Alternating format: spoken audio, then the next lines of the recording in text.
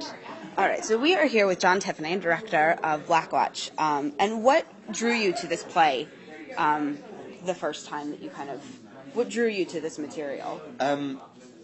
Well, I was asked to do it. I think sometimes what I suppose people forget is that you end up directing shows because you're asked to, right, as opposed to we don't always choose our project. Right. It's not like a painter who can just paint what they want. No, it's more connected to that really, which is that when we were setting up the National Theatre of Scotland back in 2005. We didn't have any projects to programme for the upcoming year, and me and Vicky Featherstone, who's the artistic director, wanted to do a piece about the Iraq War, although we didn't know what, because we felt very passionately about it. That a huge amount of the UK felt very passionately that it had been wrong to invade Iraq. Although we didn't want to do a piece of theatre that said it's wrong to invade Iraq. Right, of course. Because that's not really the forum.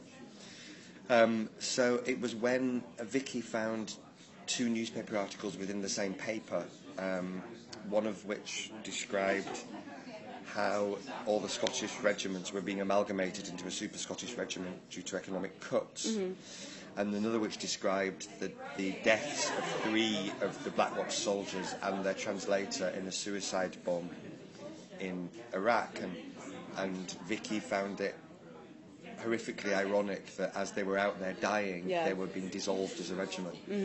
There's something very disrespectful about that. Yeah, definitely. So she asked myself and Gregory Burke, who was from Fife, which is where the Blackwatch are recruited from, whom we worked together on 2 shows before that and have a great working relationship. She asked us to just explore the possibility of making a piece of theatre about the Blackwatch and their time in Iraq.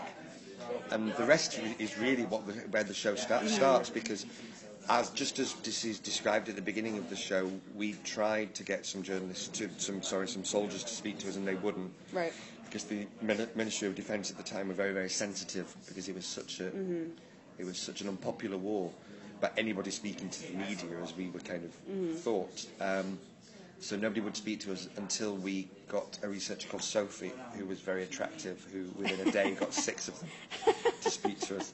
Well, if you get a pretty girl, they'll do anything. I mean, it's terrible, and I'm not proud of those.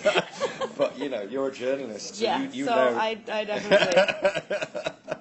It wasn't illegal. That's the main thing. Yeah. It's not illegal.